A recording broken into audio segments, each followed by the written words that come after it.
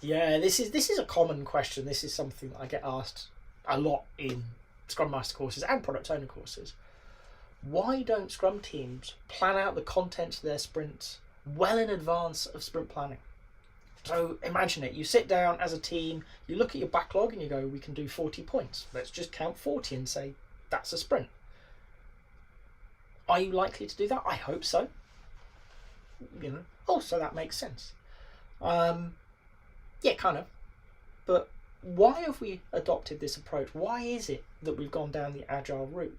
It's because of the volatility of our work. It's because of the changeable nature of the problem, of the environment, of the context we're working in. So yeah, we can do that. But what we know is change is coming. Okay? So when I see teams do this, in the middle of the prior sprint, they say this looks like it, and they move it in, and they update Jira or whatever they're using to say it. They're signalling to other people that's what they intend to do. In some organisations, that may be okay because it's an intention, not an explicit statement of commitment. But many organisations, that is now what they're doing. And we've just gone against the problem we're trying to solve for. We've just firmed up way before we need to what we're going to do. And we've reduced the flexibility of our team because come sprint planning, a week's time, say, we're going to go into that meeting. We've already decided what we're going to do. Great. Okay. That's one question. We may well have decided why that's important to us. That's the second question. And we can do the how. Yeah, great.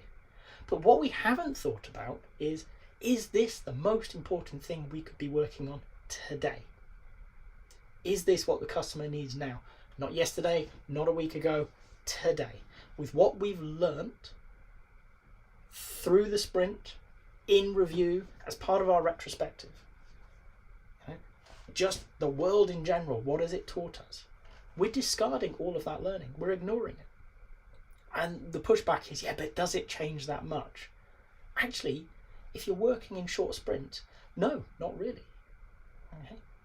Teams do have a good sense, but they want to maintain the flexibility to be able to make changes because every so often that change comes in, and when it does, it changes because it's important. And if they've already locked the work in a sprint ahead, well, now it's got to wait. It's got to wait at least a sprint. And actually what happens when we see teams start this thinking, well, we can do that sprint. We work with bright people. We can do 40 points in that sprint. That 40 points fits in the next sprint and that 40 points. And suddenly we're mapping out the next 3 months and we're fixing it. And we've just got rid of all of our benefits of flexing, of adapting, of learning.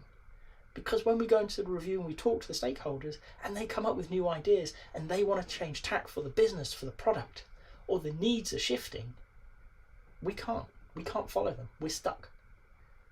If we go into retrospectives and we find new and better ways of doing things, okay, we're going to struggle to bring them into the following sprints, as they may well make sense to. As we go into sprints, we're going to find different ways of delivering the outcomes that we're seeking, but we can't. Because in changing that, we're changing what we're doing, and that moves us away from the plan. And invariably, we fixate on the plan a bit too much. As you can see, by looking ahead, by thinking, oh, well, this fits nicely in here, and this fits nicely in here, we're playing into the comfort blanket that traditional processes really do very well. Okay? But what we're forgetting is we're losing the ability to change our mind because we've learned something new, because we know a better way.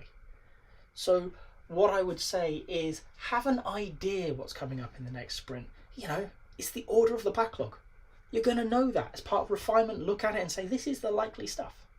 But it's likely, it's not definite.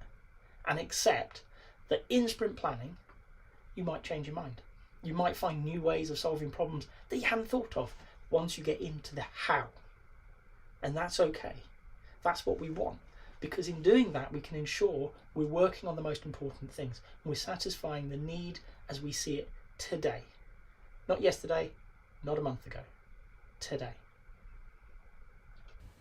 If you've got to this point in the video, I hope you've enjoyed it. If so, a like would be appreciated. If you want to hear more from me, more answers to questions that maybe you've got in the Agile world, please subscribe to the channel. And if you've got a question that you really want answered, drop it in the comments. I promise we'll get around to it. Thank you.